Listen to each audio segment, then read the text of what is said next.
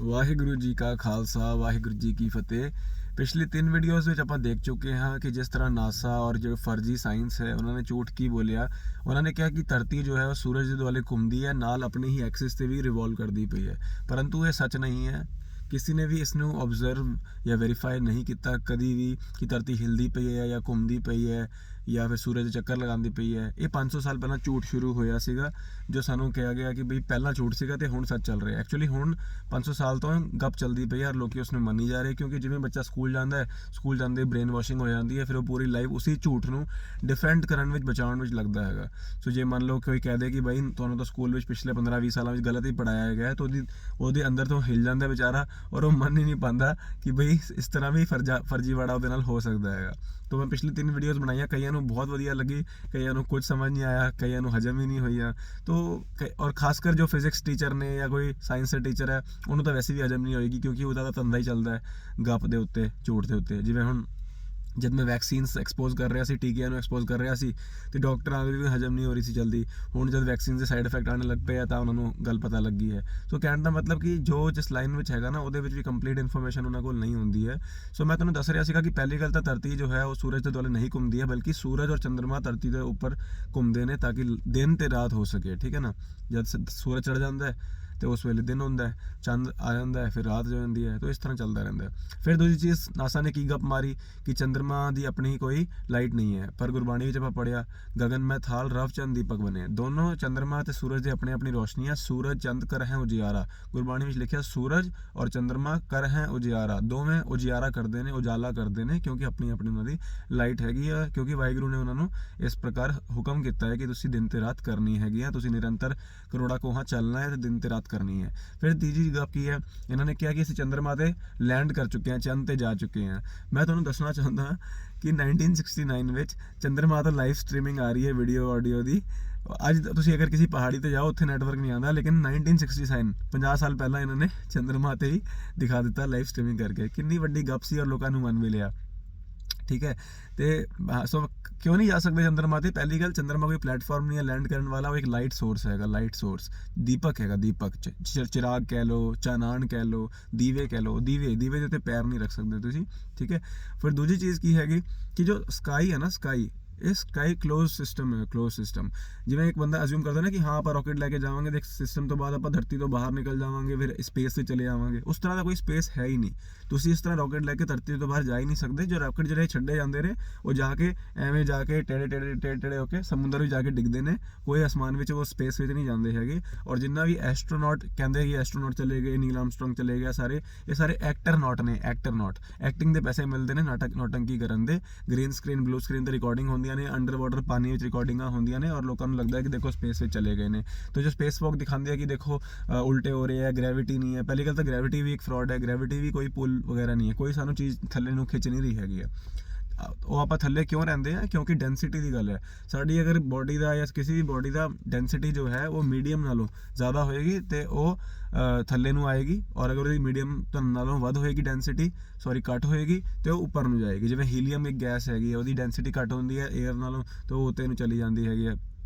ਇਸੇ ਤਰ੍ਹਾਂ ਕੋਈ ਵੀ ਚੀਜ਼ ਹੋਏਗੀ, ਜਿਵੇਂ ਗੁਬਾਰਾ ਹੋਲਾ, ਹੁਣ ਗੁਬਾਰਾ ਜੋ ਹੈ ਉਹਦੇ ਵਿੱਚ ਤੁਸੀਂ ਹੀਲੀਅਮ ਹਵਾ ਭਰ ਦਿਓ, ਤਾਂ ਉਹ ਹਵਾ ਦੀ ਜਿਹੜੀ ਡੈਂਸਿਟੀ ਹੈ ਉਹ ਘੱਟ ਹੈਗੀ ਹੈ, ਤਾਂ ਉਹ ਬੈਲੂਨ ਨੂੰ ਉੱਤੇ ਲੈ ਜਾਂਦੀ ਹੈਗੀ ਹੈ, ਤਾਂ ਉਹ ਖਿੱਚ ਨਹੀਂ ਪਾਉਂਦਾ, ਧਰਤੀ ਉਹਨੂੰ ਖਿੱਚ ਨਹੀਂ ਪਾਉਂਦੀ, ਕਿਉਂਕਿ ਕੋਈ ਖਿੱਚ ਹੈ ਹੀ ਨਹੀਂ, ਕੋਈ ਗ੍ਰੈਵਿਟੇਸ਼ਨ ਹੈ ਹੀ ਨਹੀਂ। ਉਹਦਾ ਗੱਪ ਹੈਗੀ ਇੱਕ ਨੰਬਰ ਦੀ। ਤਾਂ ਨਾ ਕੋਈ ਗ੍ਰੈਵਿਟੀ ਹੈ, ਨਾ ਧਰਤੀ ਕੋਈ ਇੱਦਾਂ ਘੁੰਮਦੀ ਰਹਿੰਦੀ ਹੈ ਹਰ ਟਾਈਮ, ਜਾਂ ਸਪੀਡ ਨਾਲ ਐਵੇਂ ਘੁੰਮਦੀ ਰਹਿੰਦੀ ਹੈ, ਸੂਰਜ ਦੇ ਆਸ-ਪਾਸ ਘੁੰਮਦੀ ਹੈ, ਇਸ ਤਰ੍ਹਾਂ ਕੁਝ ਨਹੀਂ ਹੁੰਦਾ। ਚੰਦਰਮਾ ਦੀ ਆਪਣੀ ਲਾਈਟ ਹੈ, ਸੂਰਜ ਦੀ ਆਪਣੀ ਲਾਈਟ ਹੈ। ਸੂਰਜ ਚੰਦਰਮਾ ਦੋਨੋਂ ਸਾਡੀ ਧਰਤੀ ਦੇ ਉੱਪਰ ਓਵਰ ਐਂਡ ਅਬਵ ਘੁੰਮਦੇ ਨੇ ਤਾਂ ਕਿ ਧਰਤੀ ਦੇ ਲਾਈਟ ਹੋ ਸਕੇ, ਸਾਰਾ ਕੁਝ ਹੋ ਸਕੇ। ਠੀਕ ਹੈ, ਤੇ ਤੁਸੀਂ ਰਾਕਟ ਲੈ ਕੇ ਸਪੇਸ ਵਿੱਚ ਜਾ ਨਹੀਂ ਸਕਦੇ, ਕਿਉਂਕਿ ਸਪੇਸ ਵੀ ਨਹੀਂ ਹੈਗੀ ਹੈ। ਐਂਡ ਜਿਹੜਾ ਅਰਥ ਹੈਗਾ ਕਲੋਜ਼ ਸਿਸਟਮ ਹੈਗਾ। ਤਾਂ ਸਕਾਈ ਜੋ ਹੈ ਬੇਸਿਕਲੀ ਕਲੋਜ਼ ਕਿਵੇਂ ਹੈਗਾ? ਪੈ ਵਿੱਚ ਆ ਡਾਣੇ ਆਕਾਸ਼, ਆ ਡਾਣੇ ਭਾਵ ਆ ਡਾਣੇ ਤਣਿਆ ਹੋਇਆ ਹੈਗਾ ਆਕਾਸ਼, ਤੋਂ ਤਣਿਆ ਹੋਇਆ ਹੈ ਨਾ। ਸੋ ਕਿਸ ਤਰ੍ਹਾਂ ਤਣਿਆ ਹੋਇਆ? ਕਿ ਬਿਨਾਂ ਕਿਸੇ ਪਿਲਰ ਤੋਂ, ਪਰਮੇਸ਼ਰ ਜੀ ਦੀ ਸ਼ਕਤੀ ਤੋਂ। ਸੋ ਜਿੱਦਾਂ ਮਹਾਰਾਜ ਨੇ ਕਿਹਾ ਨਾ ਕਿ ਵਿੰਡ ਥੰਮਾ ਗਗਨ ਰਹਾਇਆ, ਬਿਨਾਂ ਕਿਸੇ ਪਿਲਰ ਤੋਂ ਗਗਨ ਨੂੰ ਰਹਾ ਦਿੱਤਾ ਗਿਆ। ਤਾਂ ਇਸ ਤਰ੍ਹਾਂ ਇਹ ਸਾਰਾ ਕੁਝ ਹੋ ਜਾਂਦਾ ਹੈਗਾ।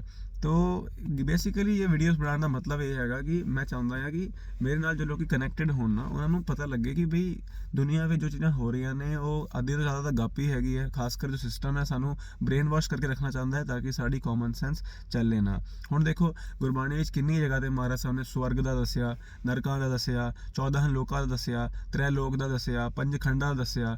ਹੁਣ ਦੱਸੋ ਕਿਹੜੇ ਹੀਲੀਓਸੈਂਟਰਿਕ ਮਾਡਲ ਵਿੱਚ, ਕਿਹੜੇ ਸੋਲਰ ਸਿਸਟਮ ਵਿੱਚ ਇਹ ਸਾਰੇ ਖੰਡ ਆਉਂਦੇ ਨੇ, ਜਾਂ ਫਿਰ 14 ਲੋਕ ਆਉਂਦੇ ਨੇ, ਜਾਂ ਪਾਤਾਲਾਂ ਪਾਤਾਲ ਲੱਖ, ਆਗਾਸ਼ਾਂ ਆਗਾਸ਼। ਪਾਤਾਲ ਤਾਂ ਪਾਓ ਧਰਤੀ ਦੇ ਥੱਲੇ ਲੱਖਾਂ ਮਹਾਰਾਜ ਨੇ ਪਾਤਾਲ ਕਹੇ।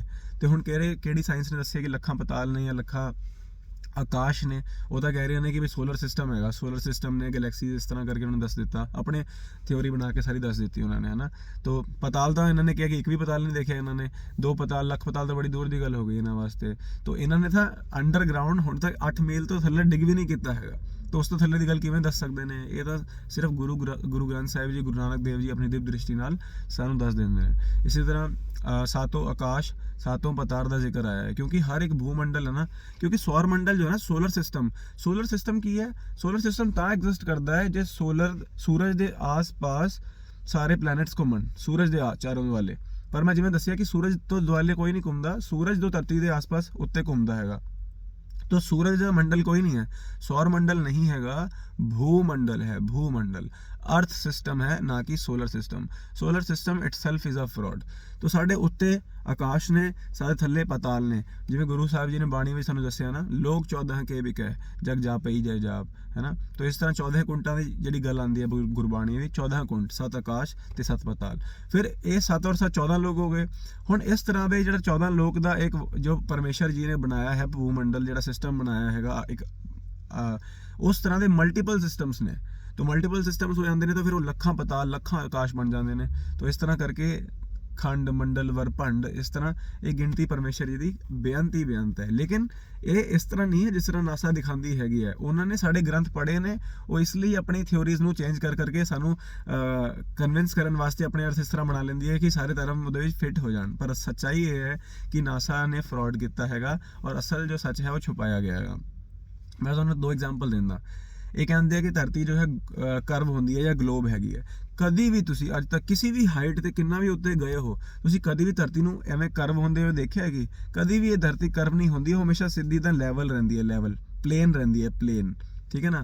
तो वो कभी भी कर्व नहीं होंदी, किन्नी भी हाइट चले जाओ। लेकिन अगर तुसी देखो, अगर कोई बॉल होंदी या गोल होंदी इस तरह का स्फेरिकल, तो हमेशा कर्व होनी चाहिए, किते ना किते कर्व होनी चाहिए सी। जिवें कि कहा जाता है कि एवरी मील 8 इंचेस का कर्व आ जाता है हर एक मील तो बाद। लेकिन तुसी किन्ने मर्जी मील उत्ते चले जाओ, किन्ने अगे देख लो, कोई कर्व किसी ने नहीं देखा आज तक। और जे मैं तुहानू एक होर एग्जाम्पल देंदा कि जो होराइजन हैगा, जिथे आसमान ते धरती मीट करती हैगी है, वो जिहड़ी जगह हैगी ना, वो जगह अगर कोई बॉल सरफेस होए तो जिवें हाइट वधेगी ना, वो होराइजन थल्ले होंदा जाएगा। और अगर मान लो फ्लैट सरफेस है तो जिवें जिन्ना तुसीं ऊपर जाओगे उन्ना होराइजन तुहाडे आई लैवल ते आंदा जाएगा, वो कदे भी थल्ले नहीं होएगा। जिवें मैं तुहानू एक सिंपल एग्जांपल नाल दिखांदा, देखो अपना आई लैवल हैगा ना, है ना, आपां इत्थे देख रहे हैं सीधा, और मान लो ये इत्थे तक तुसीं देख पा रहे हो, ठीक है। हुण जिवें आपां ऊपर करांगे तो ठीक है, तुसीं थल्ले देख पा रहे हो ना, थल्ले तुहानू देखना शुरू हो गया हैगा, राइट। तो ऊपर जाते हैं तो थल्ले देख पा रहे हैगे हो। लेकिन जब बॉल अर्थ से तुसीं इहनूं एक्सपैरीमेंट करने की कोशिश करते हो तो फिर की होंदा है, जिन्ना तुसीं ऊपर जाते हो, वो होराइजन जिहड़ा हैगा ना अगे, वो सारा ऊपर आई लैवल ते आंदा जांदा हैगा। वो कभी भी होराइजन जो है थल्ले नूं तुसीं नहीं देख पाओगे, हमेशा तुहानूं फ्लैट ही दिसूगा, चाहे जिन्नी मर्जी हाइट चले जाओ, चाहे 20 माइल ते भी चले जाओ। तो इस तरह सारा सिस्टम हैगा। तो उसका कारण नहीं हैगा क्योंकि किते कर्व है ही नहीं। और एक होर भी चीज़ हैगी कि जिन्ने इमेच्योर रॉकेट्स छड्डे गए आसमान में, या लोगों ने आप एक्सपेरीमेंट करके देखा, वड्डी CN टावर, माउंट एवरेस्ट या फिर बुर्ज खलीफा, कितने भी तुम चल जाओ उच्चे बिल्डिंग में, तो हमेशा सरफेस फ्लैट ही दिखेगा, होराइजन आई लैवल ते दिखेगा, कभी भी कोई कर्व नहीं दिखेगा। कोई भी वाटर बॉडी जिन्ने मर्जी माइल ते लंबी नदियाँ समुंदर हो, सारे हमेशा फ्लैट दिखणगे, कोई भी कभी कर्व नहीं करता, क्योंकि कर्व है ही नहीं।